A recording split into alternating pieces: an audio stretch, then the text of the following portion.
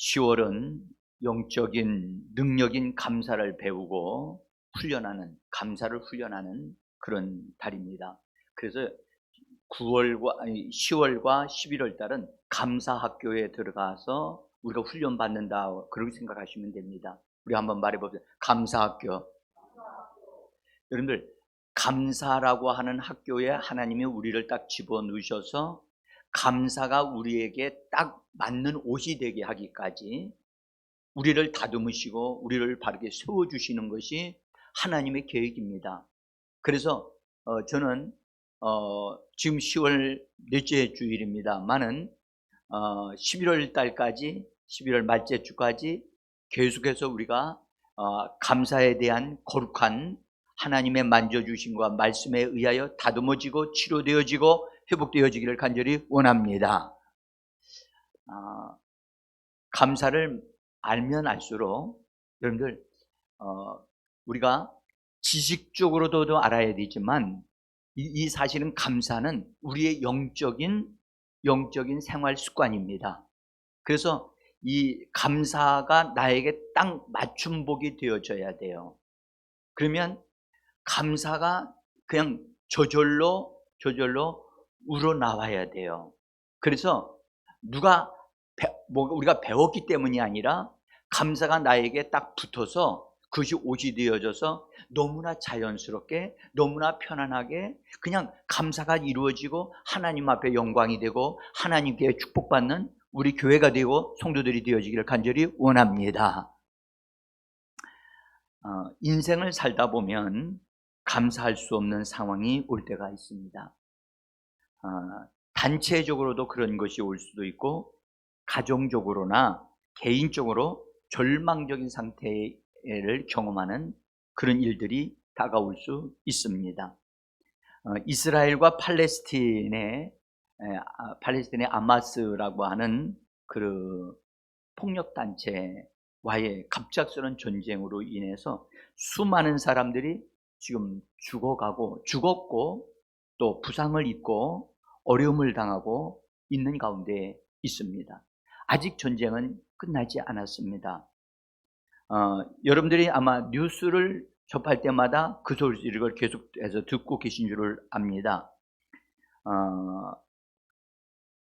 그때에 제가 그 뉴스를 보면서 그 하마스가 먼저 선제 공격을 했거든요, 이스라엘 나라를. 그러니까 그 로켓포를 약 5,000발을 쏴댄 거예요. 여러분들, 동시다발적으로 막 쏴대면 방어 체계를 세우고 있는 그 시스템에 의해서 날라오는 그 로켓포를 깨트리기 위한 것도 한계가 있잖아요. 그런데 참 놀랍게도 로켓포만 쏜 게 아니라 비행기를 통해서 낙하산을 타고선 쫙 내려가 가지고 그 북한 사람들이 쓰는 전술이 있거든요. 소리 없이 내려와 가지고 그냥 내려오면서 막 거기에 큰 음악 축제가 있었는데 내려오면서 그냥 막 총질을 다 해가지고 수백 명이 죽었어요. 그러니까 이것이 동시에 막 일어난 거예요.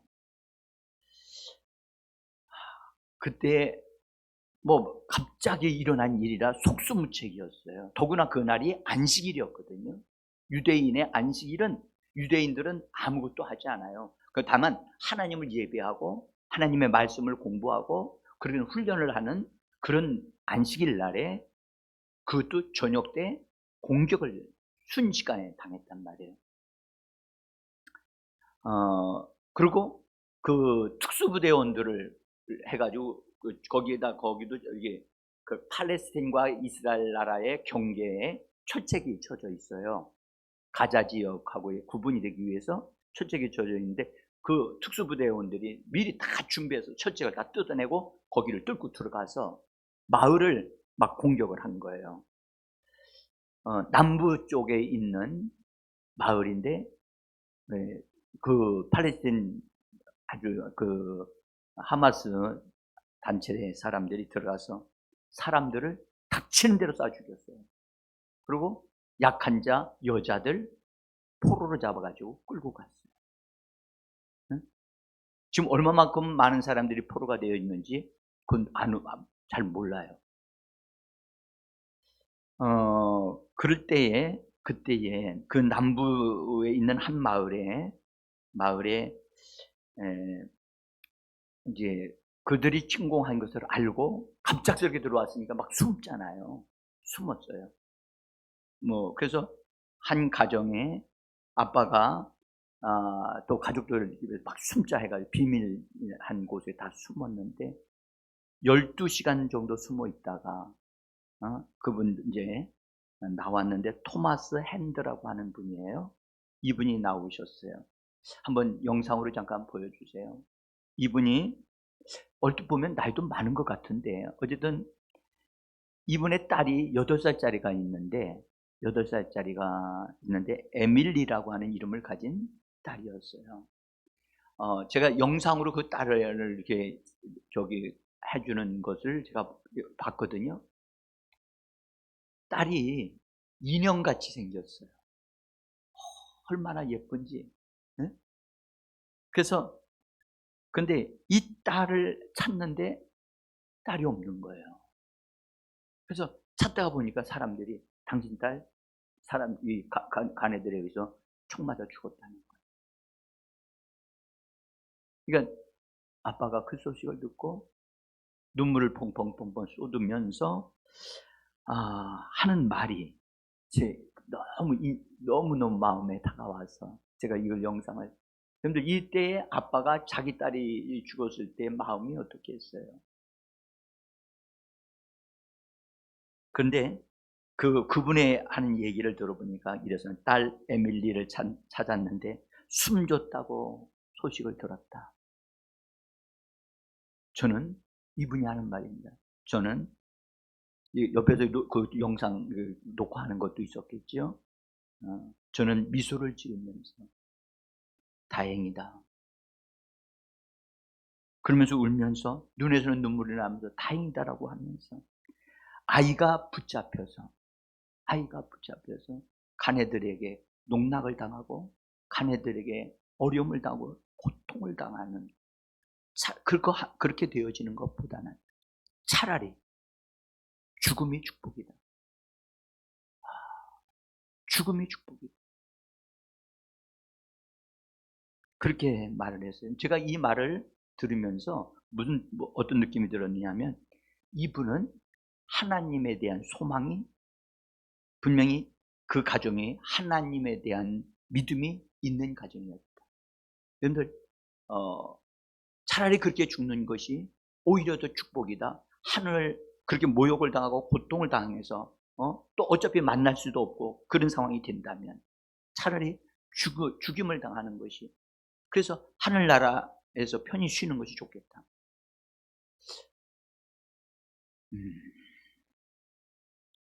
여러분들 그러면서 이분이 눈에서는 눈물이 흘러내리는데 미소를 짓고 있더라고요. 그러면서 나는 슬프지 않아. 오히려 이 딸을 통해서 딸을 잃었지만 그러나 마음으로는 슬프지만 나는 소망이 있고 또 장차 다시 만날 수 있으니까 내가 하나님을 믿는 믿음 안에서 나는 오히려 이것을 말할 수 있다. 그렇게 말하는 것을 좀 듣습니다. 여러분 웃을 수 없는 상황인데도 눈물을 흘리면서 웃고 있는 이분의 마음, 이분의 그 심정을 이해를 합니다. 그리고 어떻게 이런 말을 이런 상황에서 할 수 있을까? 여러분들 많은 분들이 재앙을 당해서 막 이럴 때 주로 여러분들 그 소리를 들어보면 막 원망하고 저주하고 막 하는 말들로 막 우리는 들려지거든요. 근데 이분은 그 어려운 가운데도 자기 사랑하는 예쁜 딸이 죽었음에도 불구하고 어쩌면 이런 말을 할 수 있을까? 나는 그분의 마음을 믿음의 근거에서 한번 바라보았습니다. 개인적으로 하나님을 경외하면서 살았던 욥. 여러분, 오늘 우리가 본문에 있는 말씀 욥기서 1장만 읽으면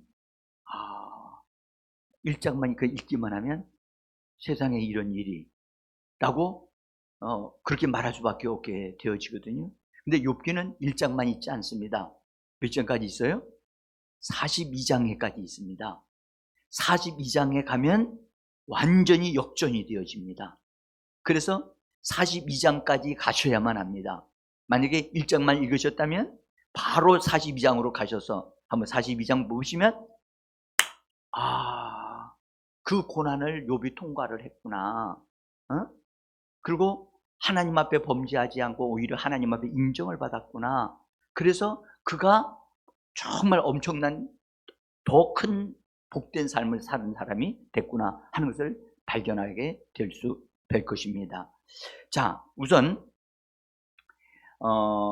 그 욥이라고 하는 분이 정말 신앙적으로 이렇게 잘 살고 있었는데 갑작스럽게 발생한 재앙으로 인해서 한날에 하루에 모든 재물을 다 잃어버리고 심지어 그에게 주어진 아들 7과 딸 3명이 있었는데 10명의 자녀들이 한 집안에서 같이 생일 잔치를 하다가 집이 무너져서 한 자리에서 10명이 다 죽었습니다.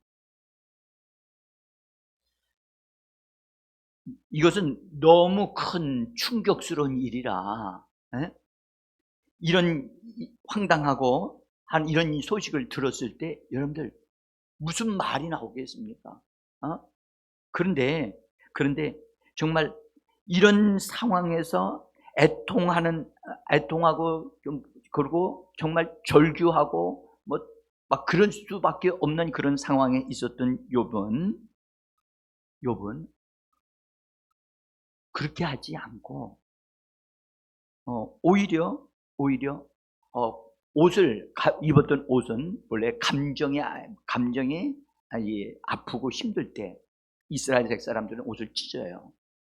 마음이 아프다고 하는 것을 표현하기 위해서. 그리고 머리를 밀고 그 다음에 하나님 앞에 땅에 엎드려서 하나님을 경배했더라. 하나님을 예배했더라.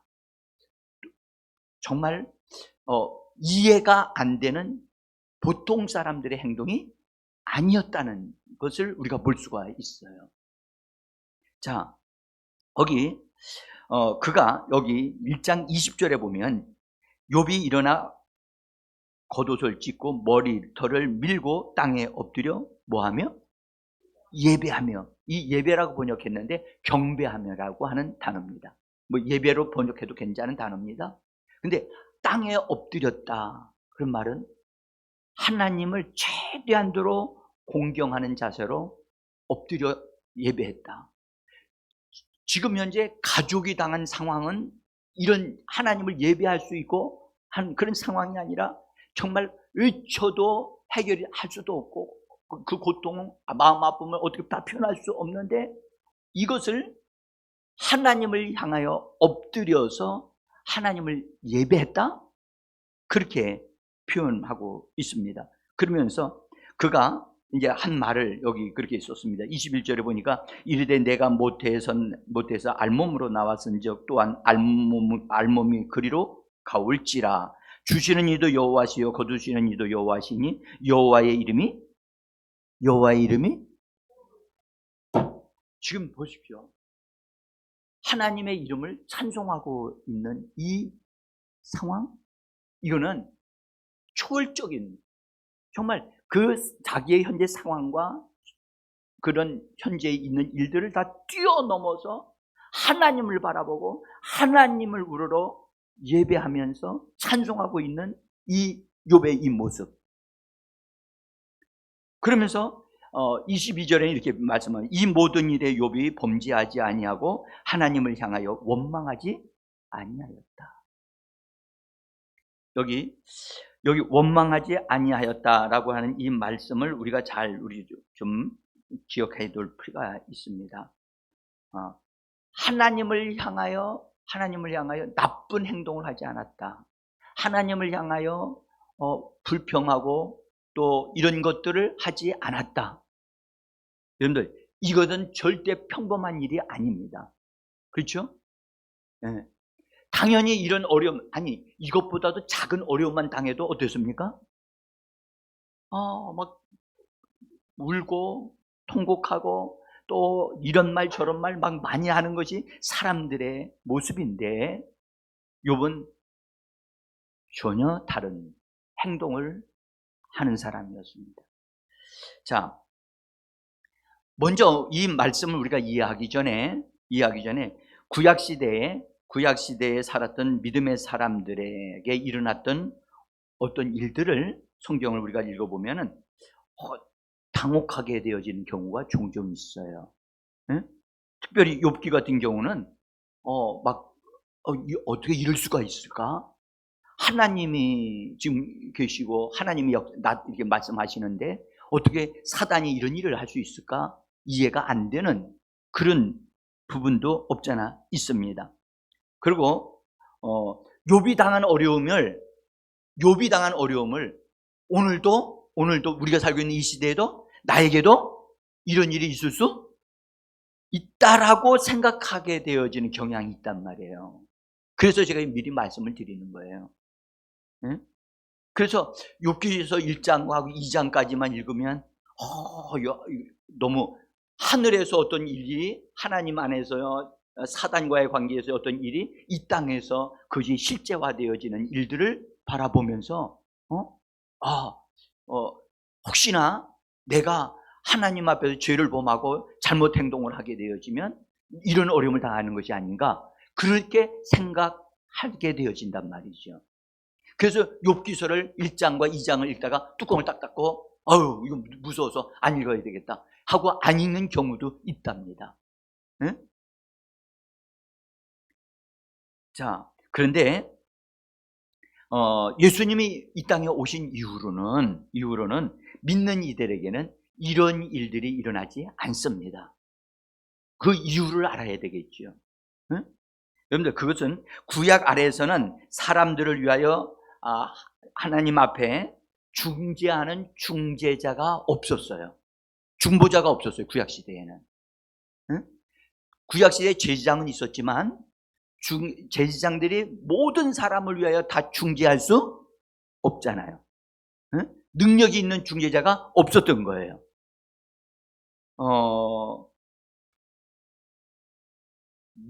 롯의 가정에 살고 있었던 소돔과 고모라 성이 불바다가 되어지려고 심판하지 하나님이 가르칠 때 하나님은 의도적으로 기도하는 중재자를 찾으셨어요. 그 사람이 누구였죠? 아브라함이었죠.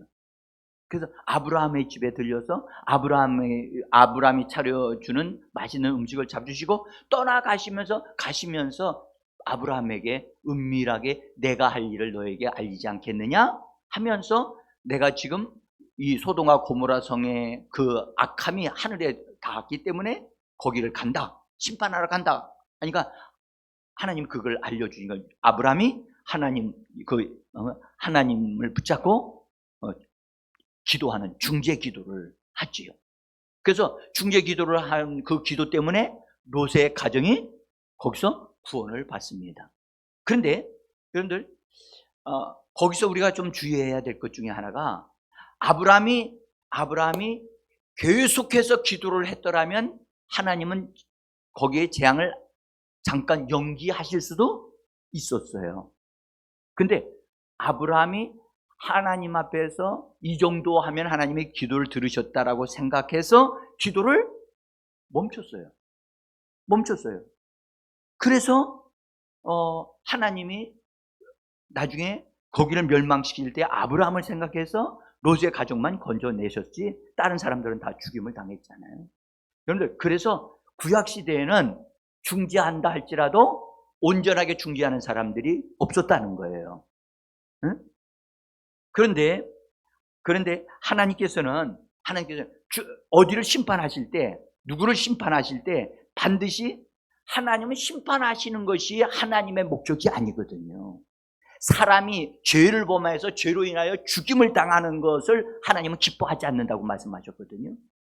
그런데 이스라엘 백성들이 하나님을 떠나서 하나님을 벗어나서 잘못된 삶을 살게 될 때 하나님은 경고하시고 또 경고하시되 이스라엘 백성이 돌아오지 않으면 하나님은 심판을 하시게 됩니다. 심판하실 때라도 중재자가 나타나서 하나님을 붙잡고 하나님 진정해 주셔야만 합니다. 따라서 진정하셔야만 합니다.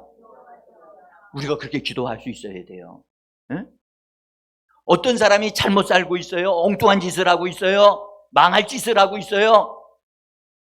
그러면 그것을 그 사람을 위해서 기도하는 사람, 하나님 이거 진정해 주시고 기회를 한번 주세요 라고 기도하는 사람이 있으면 그 하나님의 심판이 지연되어지거나 그것이 유보되어질 수 있어요.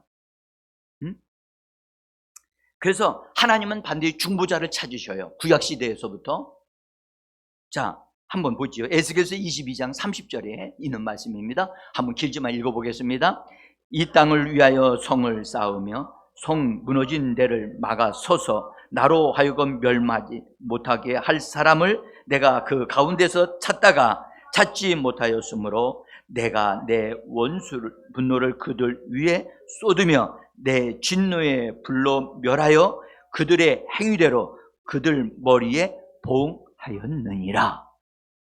하나님이 진노의 불을 쏟아 부으실 수밖에 없었던 이유가 뭐예요?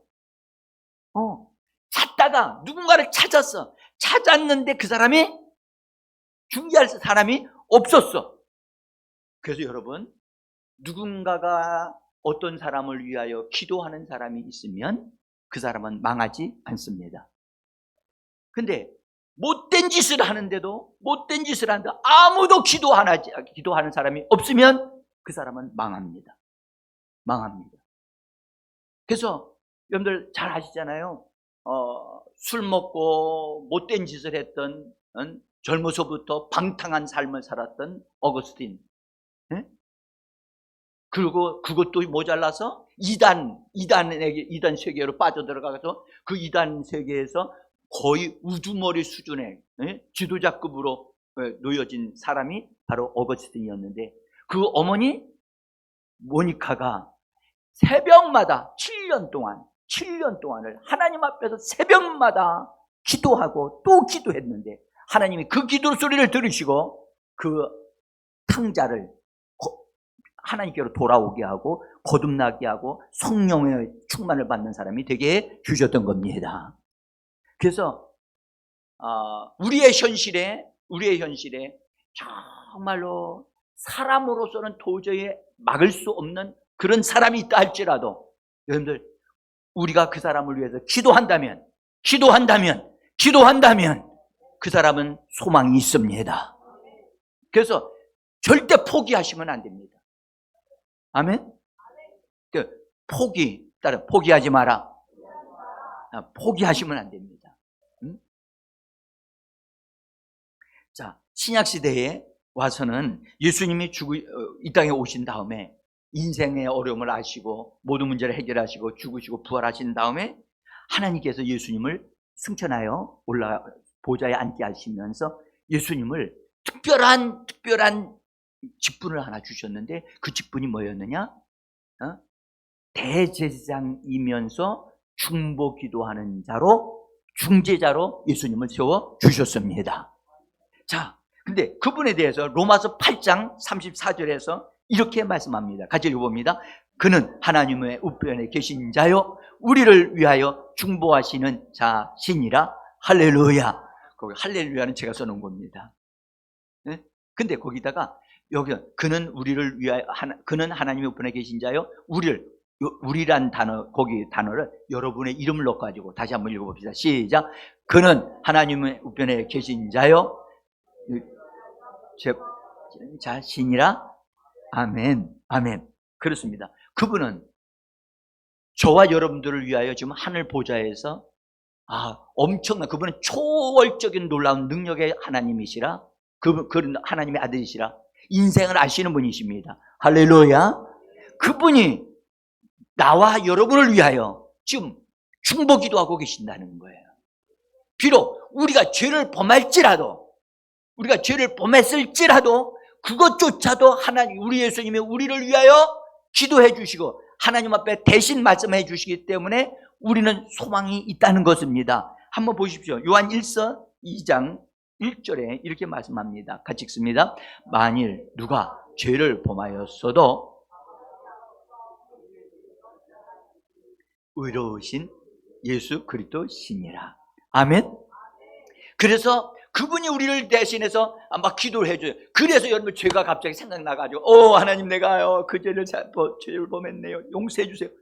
자기가 똑똑해서 그 죄를 생각난 게 아니라 우리를 위하여 중보기도 하시는 예수님이 계시기 때문에 우리로 하여금 그걸 회개케 하려고 그분이 먼저 하나님 앞에 대언하고 기도하고 계시는 것입니다.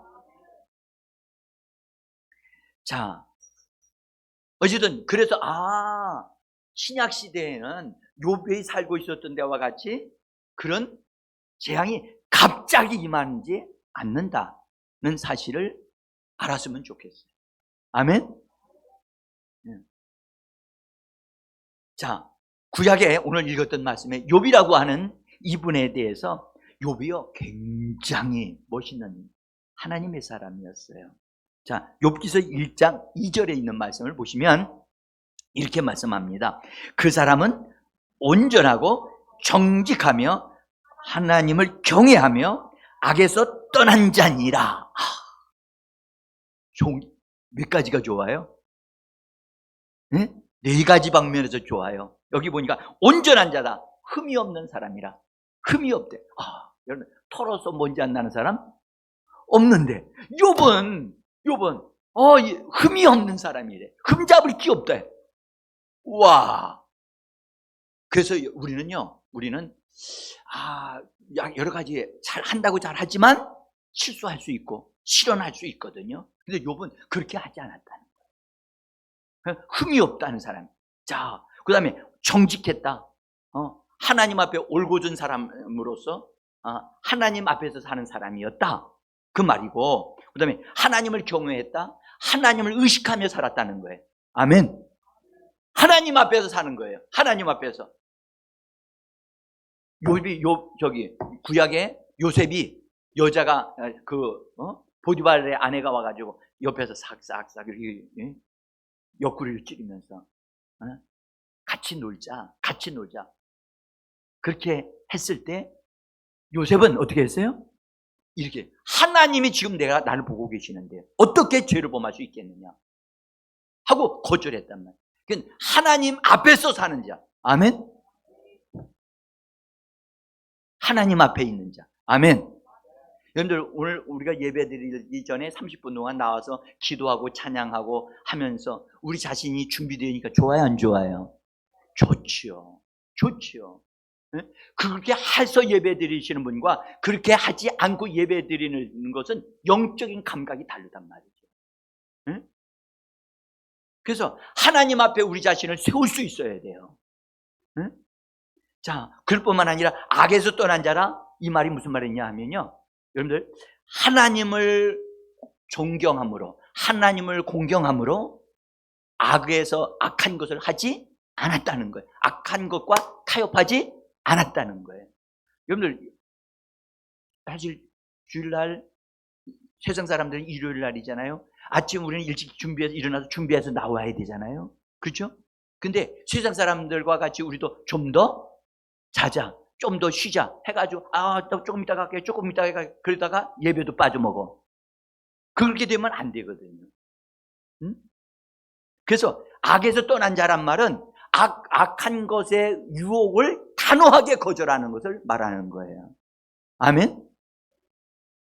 그래서 토요일 날 같은 경우에는 사랑하는 성도 여러분, 세상에서는요 너무너무 좋은 것들이 텔레비전에서 방송들이 너무 많아. 그렇죠?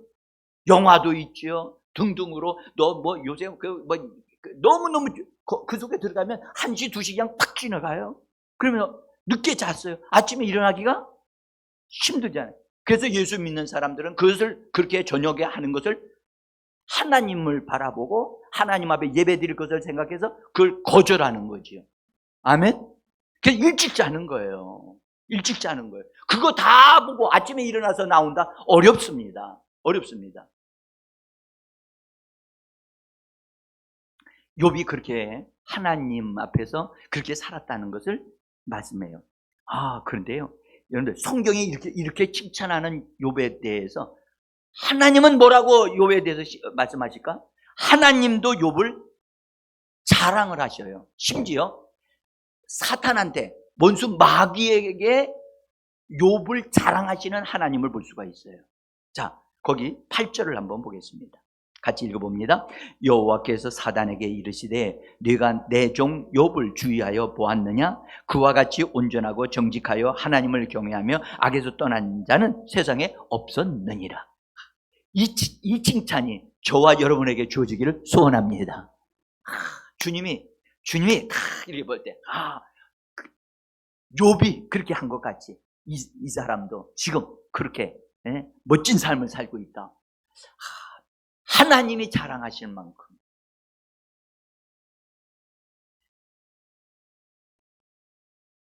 우리는요, 욥이 그때 당시에 성령 충만함을 받았다는 말씀은 성경에 볼 수가 없어요. 그렇죠?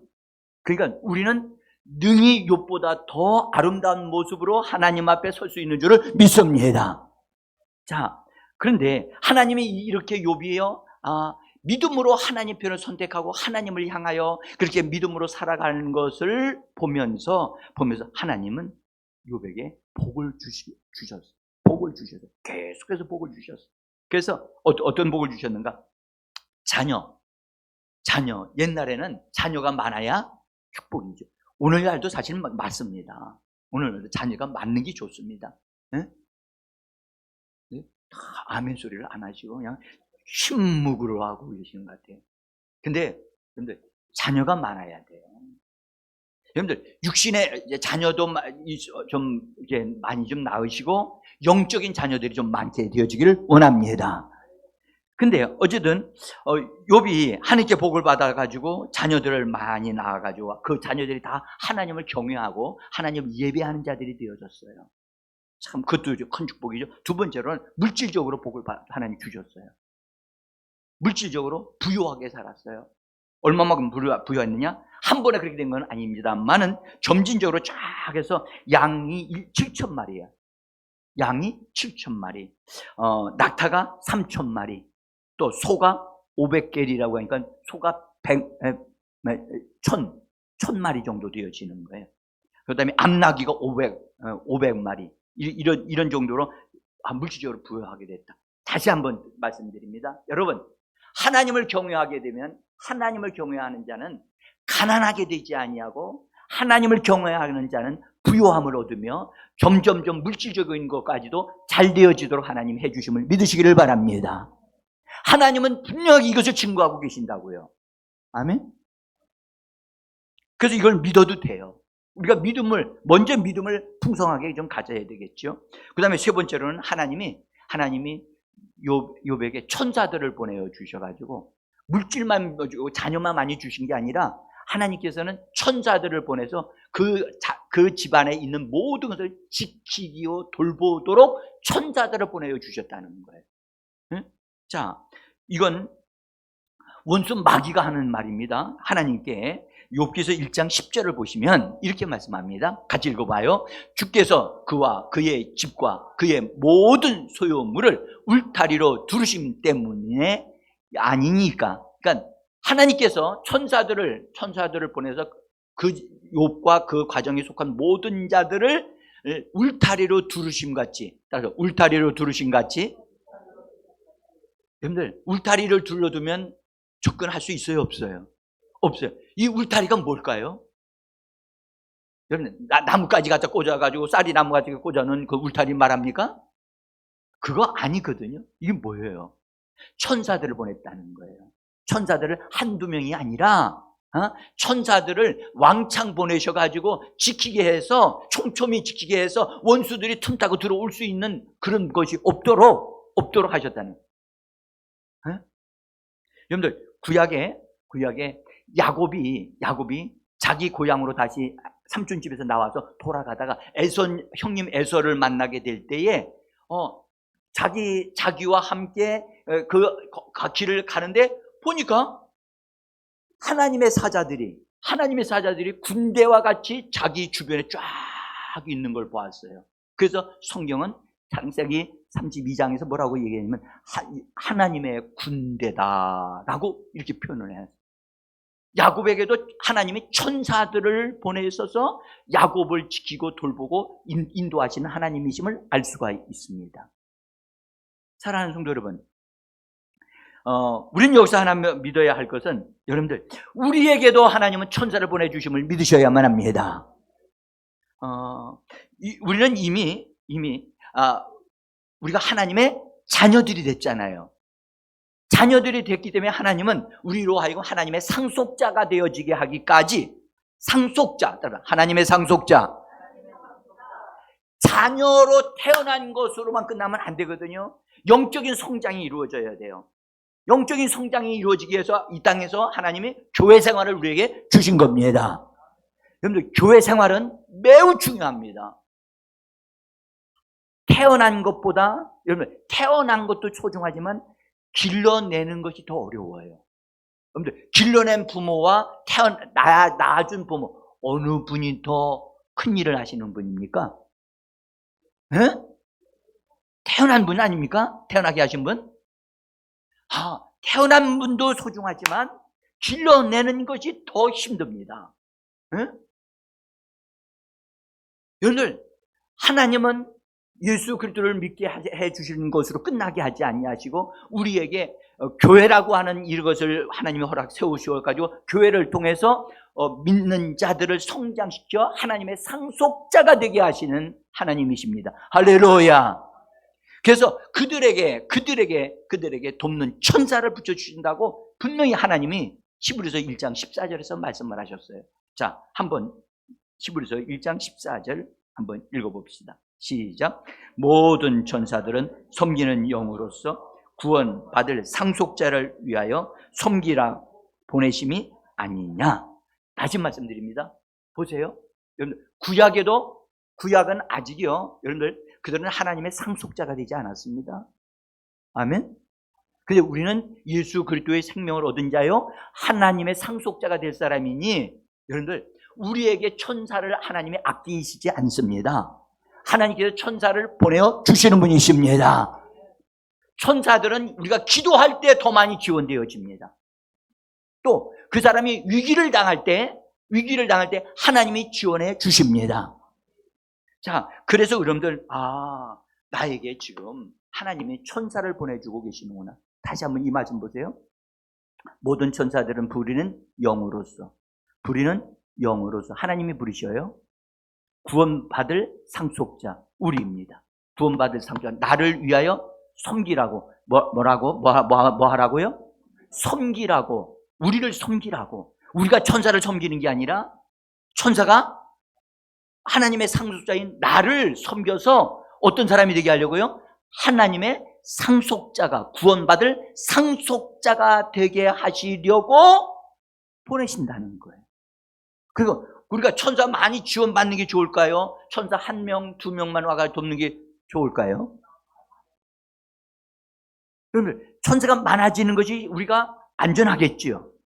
그러면 뭐 해야 된다고요? 믿음의 기도를 해야 돼요. 그 천사들이 많이 도움이 되어지면, 지원이 되어지면 그 사람이 위기를 만날 때 딱 하나님이 도와주세요. 아멘? 실제적인 얘기를 말씀드릴게요. 그분은 지금 현재 본래 서울대 그 국악과 교수였던 한만영 장로님이라고 하는 분이 계시는데, 그분은 지금 돌아가셨습니다. 그분이 한때 신앙인으로서 참 훌륭한 일을 하셨어요. 훌륭한 일을 하셨는데, 그분이 이제 막 하나님의 일을 많이, 서울대생들을 중심으로 하나님의 일을 하고 있을 때, 이분이 운전을 하고 어디를 가시다가 갑자기 아이가 자전거를 타고 도로 안으로 쫙 달려온 거예요. 자기가 그 브레이크를 잡았는데 이건 여지없이 사고 날 수밖에 없는 상황인데, 그분의 직접 간증을 그렇게 하시더라고요. 이거는 자기 힘으로서는 이건 해결할 수 있는 문제가, 그래서 붙잡아서 쥐어 그랬다는 거예요. 쥐어라고 하면 눈을 감았대요. 왜냐하면 부딪히는 거 보고 싶지 않으니까. 쥐어라고 하는데 앞에 눈을 감고 있는, 근데 주여 하는데 보니까 천사가 앞반바에서 나타나서 반바를 딱 받치고 있더라는 거예요. 그래서 깜짝 놀라 눈을 탁 떴더니 아기가 지나가면서 하고 지나가더래요.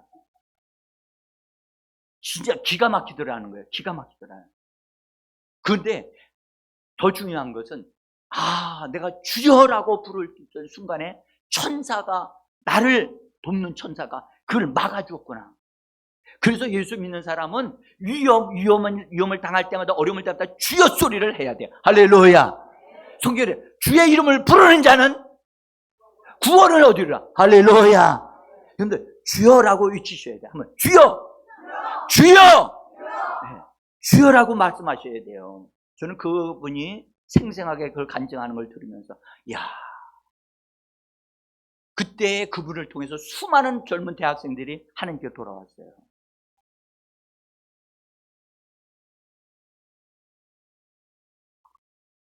여러분, 원수 마귀 사탄은 사람들의 부주의함과 사람들의 실수를 통해서 어려움을 만들어내고 있어요. 또 하나는 자연 재앙이나 광풍이나 여러 가지 갑작스러운 사고들, 이런 것들을 통해서 원수가 역사를 하고 있어요. 오늘 성경 읽으면서 여러분들, 욥이 하늘에서 있었던 일을 욥은 모르잖아요. 하나님과 사단 사이 대화가 욥이 들었어요? 못 들었어요? 못 들었어요. 근데 욥이 그날도 평범하게 잘 되어가고 종들을 내보내면서 열심히 일을 하라고 하면서 딱 내보냈는데, 성경에 보면 갑자기 스바 사람들이 막 일어나가지고 사람 종들을 죽이고 양들을 다 뺏어가고 난리를 지킨 거예요. 그래서 재산이 다 날아갔어요. 또 하나는 갑자기 하늘에서 불이 내렸다. 근데 성경 뭐라고 번역했느냐? 하나님의 불이 내려가지고. 여러분, 이거 하나님의 불이 아니거든요. 누가 한 거예요? 원수가 대낮에 날벼락을 치게 해가지고 자연 환경을 사용해서 재앙이 일어나게 해서 순식간에 거기서 일하던 사람이 죽어버리고 짐승들이 다 없이되어지는 일들이 일어나게 한 거예요. 갑자기 원수가 역사하면 갑자기 문제가 생긴다는 거예요. 갑자기. 그래서 성경은 우리에게 뭐라고 말씀하냐? 항상 쉬지 말고 뭐하라? 기도하라. 쉬지 말고 기도하라. 원수에게 틈이 주어지지 않기 위하여 항상 기도해라. 항상 쉬지 말고 기도해라. 우리에게 이렇게 말씀하신단 말이죠. 원수는 갑자기 역사를 한다니까요. 자, 원수는요, 특별히 이런 사건들도 일으키지만 고자질하는 자예요.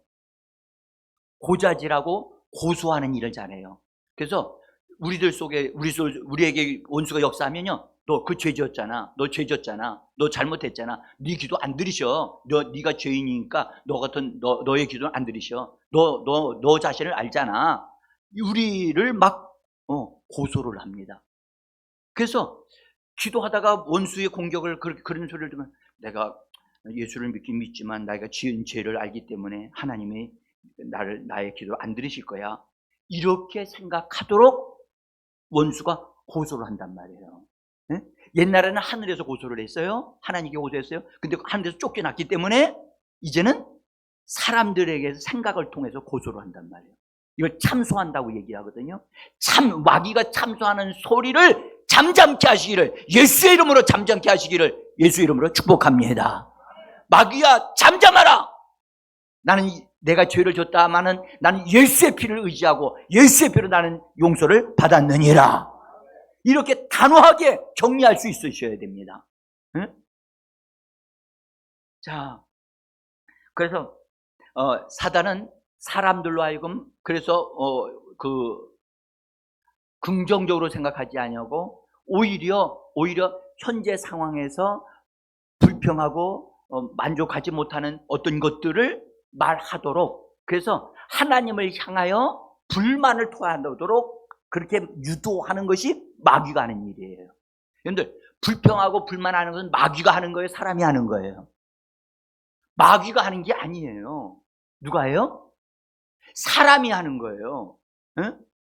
그 사람이 그것을 동의하고 그것을 따라하지 않냐면 마귀는 그렇게 우리에게 역사할 수 없거든요.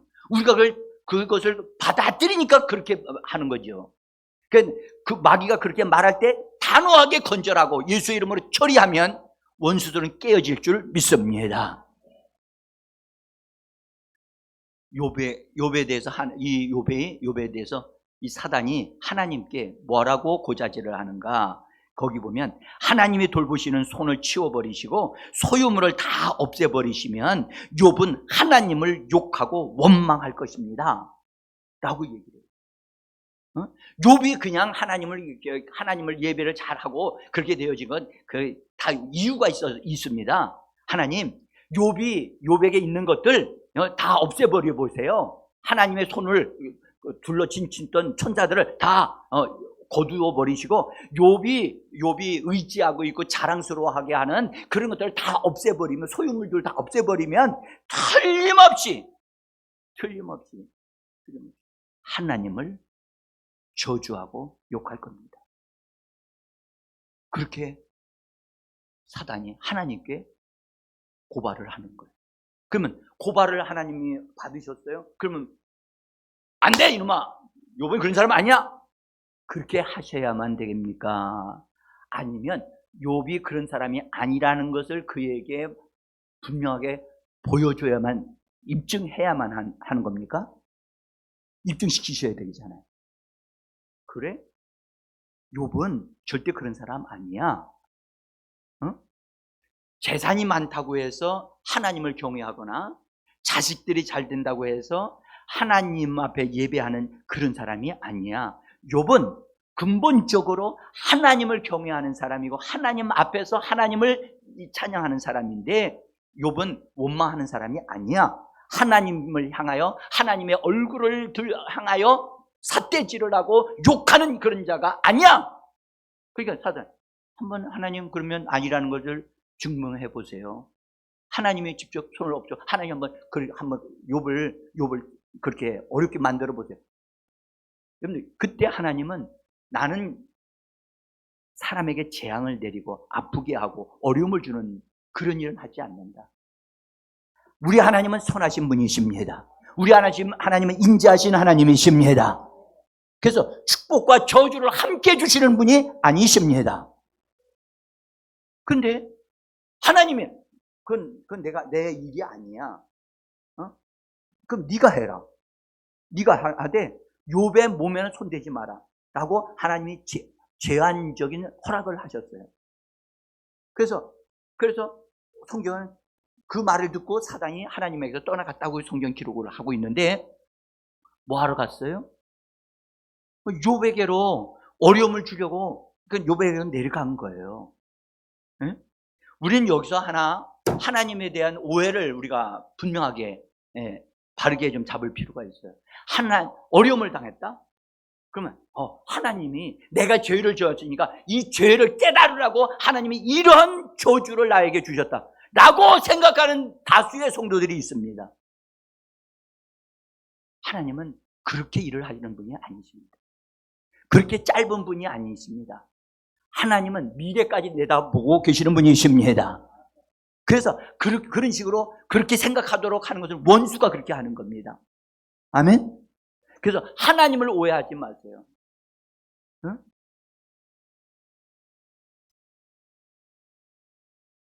자, 그래서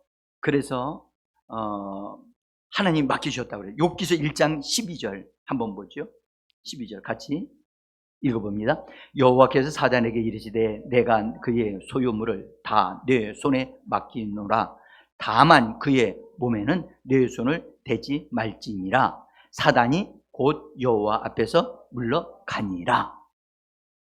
그래서 하나님은 선하신 분이기 때문에 그렇게 할 수 없고 하늘에서 욥이 어떻게 하는가를 보고 계시는 거예요. 여러분 기억하세요. 하나님은 우리를 보고 계십니다. 욥이 정말로 하나님을 경외하되 정말 하나님을 사랑하고 존경함으로 경외하는 사람이라는 것을 입증해 줘야 되거든요. 그렇게 해줄 것을 기대하고 보시는 거예요. 넉넉히 이기게 이기는 자가 되어지기를 원하셨던 겁니다. 그래서 보니까 사단이 하는 일을 보니까 끔찍하게 아주 너무 심한 일들을 막 만들어내는 거니까 하나님 보시기에도 안타까우셨을 거예요. 응? 하루에 모든 그 많던 재산이 다 날아가 버리고 없어져 버리고, 그 다음에 자녀들이 한 집안에서 집이 무너져 가지고 다 압살을 당하는 일이 벌어졌습니다. 자, 이 정도의 어려움을 당하면 뭐 해야 돼요? 에? 웬만한 사람은 하나님이요, 이런 일을 하나님이 나에게 일으키시다니 하면서 정말 하나님을 향하여 쓴소리, 나쁜 소리 하는 소리를 할 수 있잖아요. 그렇죠? 그런데 욥은 그렇게 말하지 아니했다는, 그렇게 하나님을 향하여 그런 자세로 하지 않고 오히려 그런 얘기를 다 들었을 때 땅에 엎드려 하나님을 경배하면서 하나님을 찬송했다라고 하는 거예요. 여러분들, 감사할 수 없을 때, 여러분들, 절망적인 상황이 나에게 일어날 때 나는 과연 어떠한 태도를 취할까? 여러분들, 잘 되어질 때는 누구든지 다 하나님 감사합니다, 하나님께 영광을 할렐루야 하고 찬양하고 노래할 수 있어요. 그런데 가장 아주 정말 이 욥과 같은 이런 상황 속에 딱 되어져 있을 때 나는 과연 하나님께 어떤 태도를 보이는 사람일까? 응? 미리 믿음으로 바라보시고, 나의 상황이, 나의 처지가 어떻게 되어든 나는 하나님을 찬양하는 사람, 하나님을 노래하는 사람으로, 하나님 앞에 영광 돌리는 사람으로 나는 나 자신을 세우겠나이다. 그렇게 마음으로 결정하시고 계셔야 돼요. 네? 여러분들, 아까 딸이 죽임을 당했잖아요. 여러분들 한번 생각해 보세요.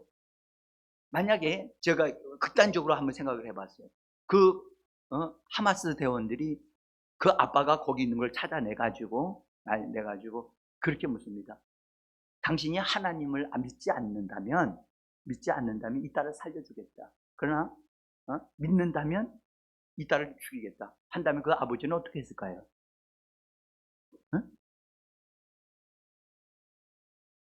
내 딸을 살리기 위해서 한 번 정도 거짓말을 할 수 있지 않나요? 여러분들, 우리는 이런 상황 속에서 상황이 나를 변화시키는 상황 때문에 내가 변화되어지는 사람 되지 말고, 상황이 어떤 상황이고 어떤 상태가 되든 간에 나는 하나님 앞에서 진실한 사람으로, 하나님을 예배하는 사람으로, 하나님을 찬송하는 사람으로, 하나님 앞에 원망과 저주하지 아니하는 사람으로, 하나님을 욕하지 않는 사람으로, 나는 하나님 앞에 영광 돌리는 그런 말을 하는 사람으로 하나님 나 자신을 세우겠나이다. 오늘 이 예배의 목적이 이것입니다. 원수는 환경을 통해서 일을 할 수 있다는 거예요. 사람을 통해서 일을 할 수 있다는 거예요.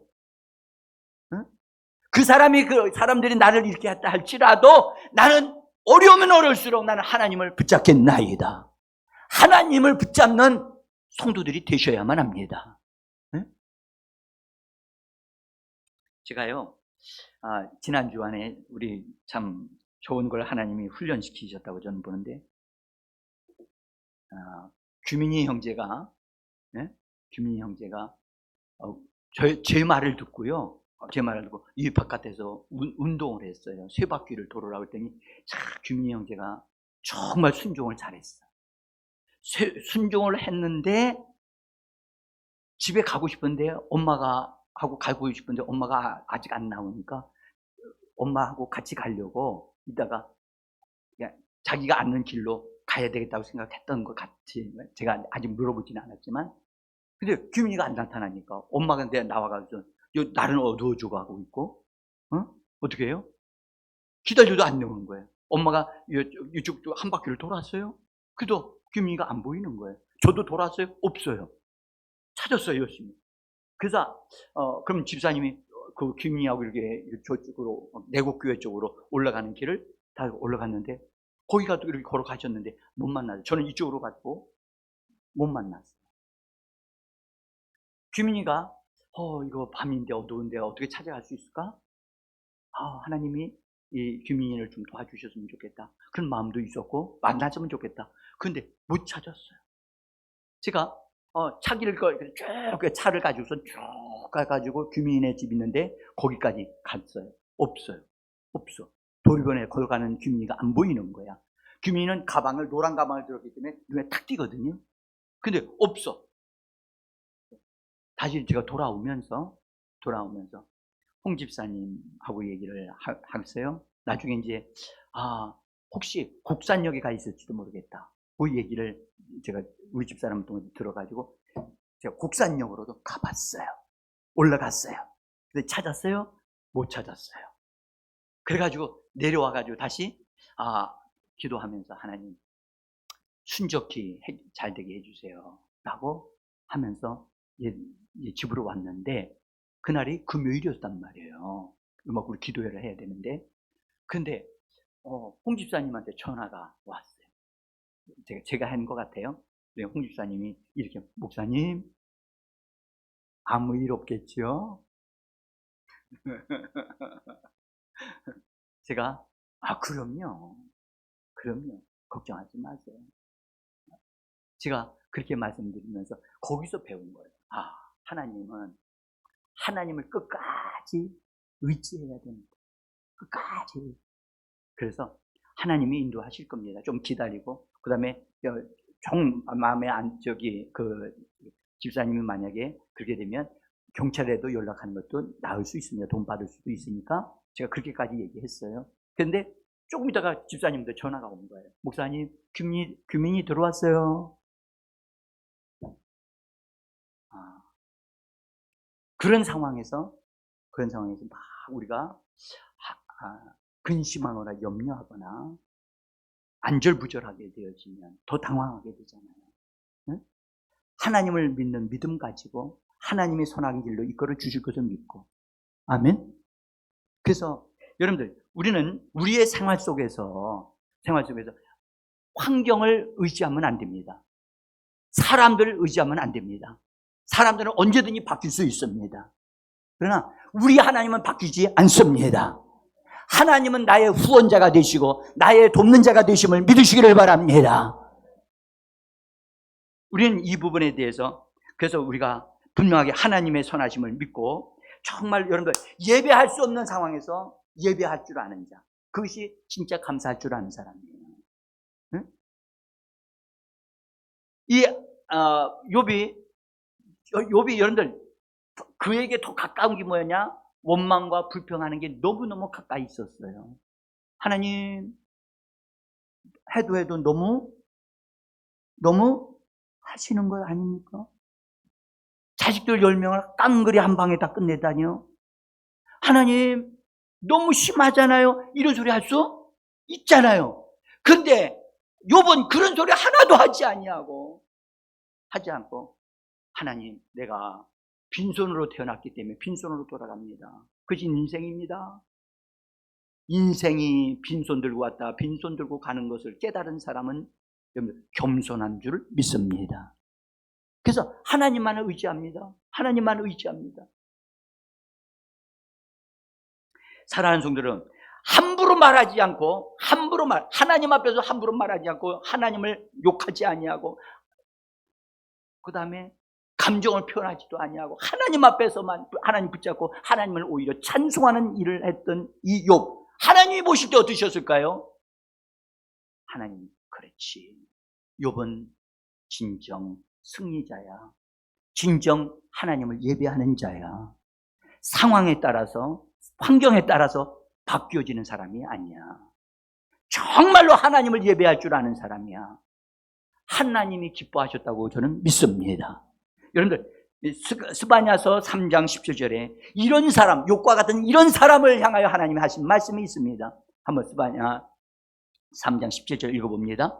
그가 너로 인하여 기쁨을 잊지 못하시며 너를 잠잠히 사랑하시며 너로 인하여 즐거이 부르며 기뻐하시리로다. 여러분, 하나님이 뭐하고 계신 걸 봅니까? 춤추고 계시는 걸 보십니까? 우리를 보실 때 나는 너를 보니까, 네가 행동하는 거 보니까 나는 너무너무 행복하다는 거야. 응? 하나님 앞에 우리가 이렇게 살아갈 수 있는 하나님의 아들과 딸들이 되어지기를 예수 이름으로 축복합니다. 같이 기도하겠습니다.